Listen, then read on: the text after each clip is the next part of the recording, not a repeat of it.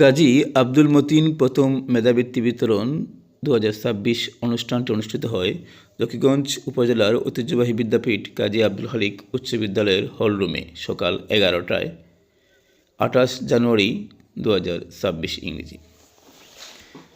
2 নং বীর শ্রীননের সাবেক চেয়ারম্যান এবং কাজী আব্দুল খালিক উচ্চ বিদ্যালয়ের পরিচালনা পরিষদের সাবেক সভাপতি আব্দুস সালাম চৌধুরী ফানুর সভাপতিত্বে এবং কাজী আব্দুল খালিক উচ্চ বিদ্যালয়ের সহকারী শিক্ষক আবিদ হাসানের পরিচালনায় মহাগ্রন্থ আল কোরআন থেকে তেলাওয়াত, পবিত্র গীতা হতে পাঠ এবং জাতীয় সঙ্গীতের মাধ্যমে অনুষ্ঠানটি শুরু হয়।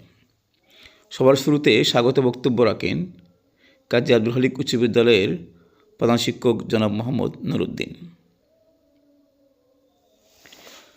প্রধান অতিথি হিসেবে উপস্থিত ছিলেন জকিগঞ্জ উপজেলা পরিষদের সাবেক চেয়ারম্যান জনাব ইকবাল আহমদ তাফাদার। প্রধান অতিথি মহোদয় বিদ্যালয়ের প্রতিষ্ঠাতার বহিষ্য প্রশংসা করেন এবং তার আত্মার মাগফিরাত কামনা করেন এবং বলেন, যারা এই বৃত্তির আয়োজন করেছে তাদের প্রতি আমি বিশেষভাবে কৃতজ্ঞ।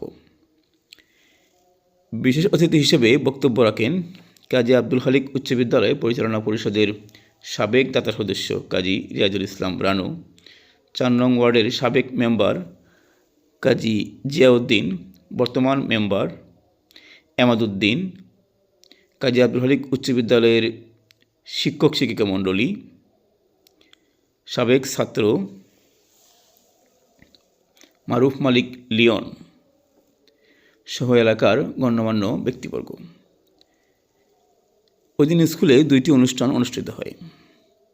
বৃত্তি বিতরণের পরে কাজী আব্দুল খালিক উচ্চ বিদ্যালয়ের নবনির্মিত 4তলা ভবনের শুভ উদ্বোধন হয় এবং দোয়া অনুষ্ঠান অনুষ্ঠিত হয়। দোয়া পরিচালনা করেন মাওলানা মুফতি আব্দুল রশিদ। শিক্ষার্থীদের মাঝে